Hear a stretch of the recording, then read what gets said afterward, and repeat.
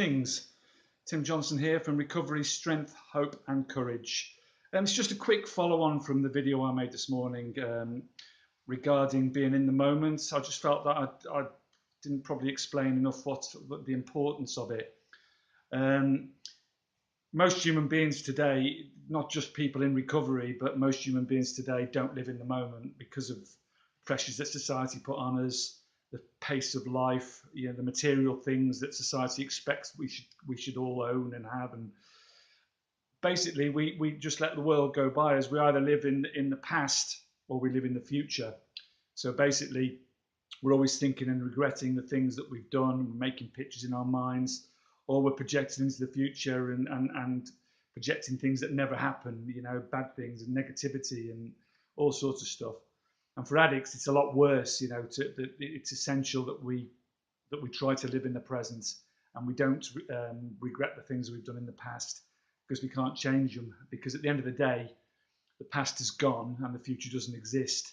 So live in the moment. That's where happiness lies, in the moment. And it reminds me of a story that I heard of a young mother who took her child to the park.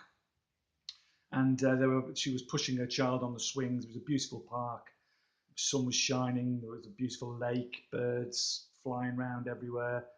It was just a lovely, fresh spring day. And the mother was on her phone, like staring at her phone on autopilot, pushing the child on the swing.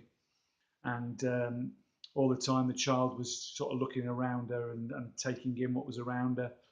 Anyway, later that night at home, the mother was getting the tea ready and the child was sitting at the table, and she was drawing a picture. And she'd drawn this wonderful picture of a lake and swans on it and a beautiful blue sky and beautiful coloured plants and trees and all sorts. And the mother said, "My goodness," she said, "you've got a fantastic imagination." She said, "Don't be silly, Mummy. We saw all these things today at the park." And of course, the mother hadn't seen anything at the park. She hadn't stuck in. And it's all a metaphor for us all, really, is it? Do we really see? I know when I was in addiction, all I did was look at the ground, and all I was worried about was where I was going to project into the future, how I was going to get the money, and where my next drug was going to, or alcohol was going to come from to make me feel better, or regretting the past and wallowing in self-pity, making all sorts of negativity in my mind, and sort of living in a dream world, really, of negativity and pain. So it's so refreshing to be in the present moment, or try to be. It's a very difficult thing to do. Children can do it. Children are always in the present moment because they just don't think about the past or the future. They just live and wonder in the moment that's around them and the things that are around them, which is why they're so relaxed and happy most of the time, because it's just us adults that make these pictures in our heads. So there's a couple of techniques that I've been using recently. One of them is a breathing technique, and basically a case of finding somewhere really peaceful and quiet. If you're feeling a bit, out of the moment and you're sort of worrying and stressed out, then just take some sort of 10 deep breaths through your nose and out through your nose, and then try and focus on where the cool air is entering your nose and leaving your nose, and just focus on that. And then when you've got that in your head and it's peaceful and it's very quiet, and you're just feeling the air going in and out of your nose, the tip of your nose, just focus on that. Then count in 1, out 1, and 2, and onwards, and do that for about 5 minutes, and it brings you into the moment that's around, into the present moment.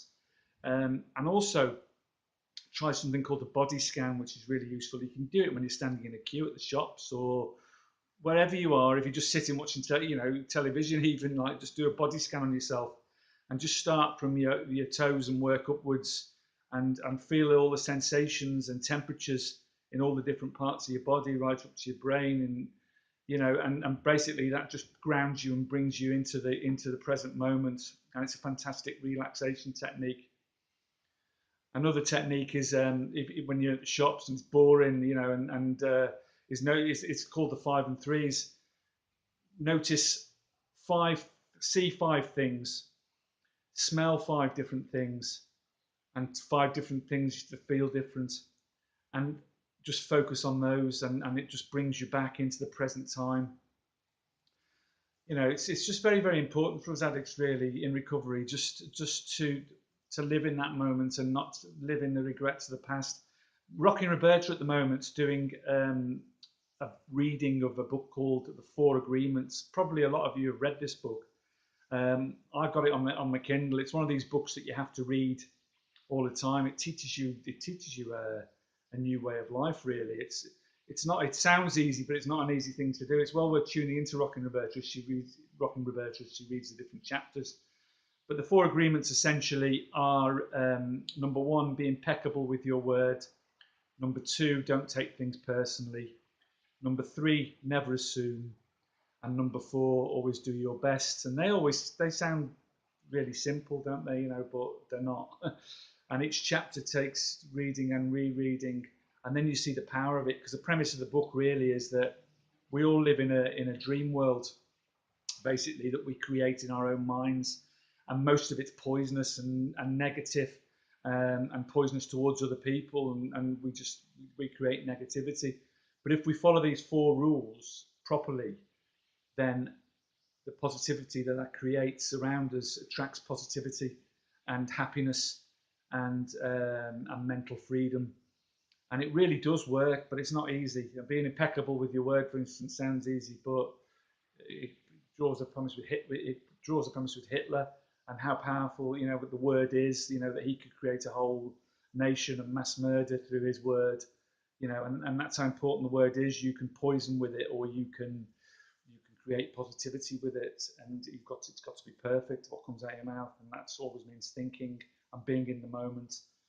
And secondly is don't take things personally. Very difficult, very difficult. But to be non-judgmental and not to take things personally takes a lot of practice.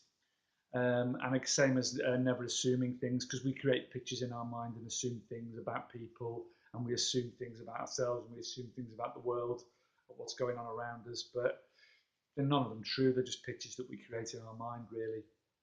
And finally, they always do your best. Well, basically, if you always do your best, then you can't do any more than that, can you? So you follow the other three rules, and you're always doing your best. Then you should be happy with that, because you can't do any more than that. So anyway, that was just a bit about the power of positivity and the power of being in the now and the moment. I mean, it sounds a bit new worldy, I suppose, but the power of the moment is essential for us in recovery. And it doesn't matter whether you're on Suboxone, in withdrawal, in recovery, whatever. Practice being in the moment, because that's where happiness lies, and that's where relaxation lies, and contentment and positivity. And the law of attraction says that if you put out positivity constantly, then you will attract it back, and happiness back.